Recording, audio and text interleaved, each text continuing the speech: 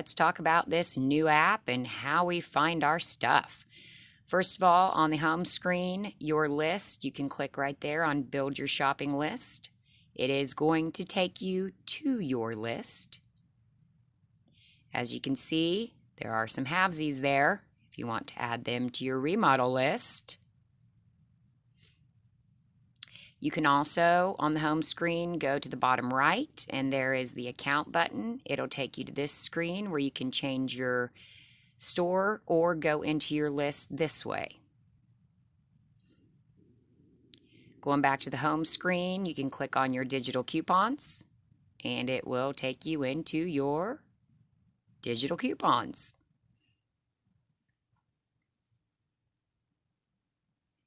Back at the home screen, you can click on Browse the Weekly Ads. That's going to bring up any of the weekly ads. These you do want to pay attention to make sure you're not getting confused with half-off items. If you need to scan, the scan button will bring up this screen. You can scan, or you can enter the barcode manually if you're having trouble scanning. If you have trouble scanning, move to a different area of the store. Next is Shop by Category on the home screen.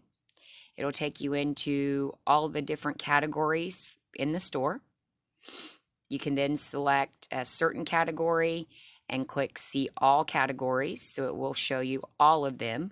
You can go into them individually or just start scrolling. You start scrolling, you will see normal prices. It will also show you any clearance or discounted prices, and it's not a sale because you can see there's no deals available. Here's another that's a half off. That would be one you would want to add to your list. Anything you come across that's half off that is not on sale, you want to add to your remodel list. But you have to pay attention to the sales, because if it's buy one, get one half off, then you've got two in your list. One's going to look half off. Don't let that confuse you. So please pay attention to the sales before you assume it's a remodel. All right, I hope this helps. Good luck, everybody.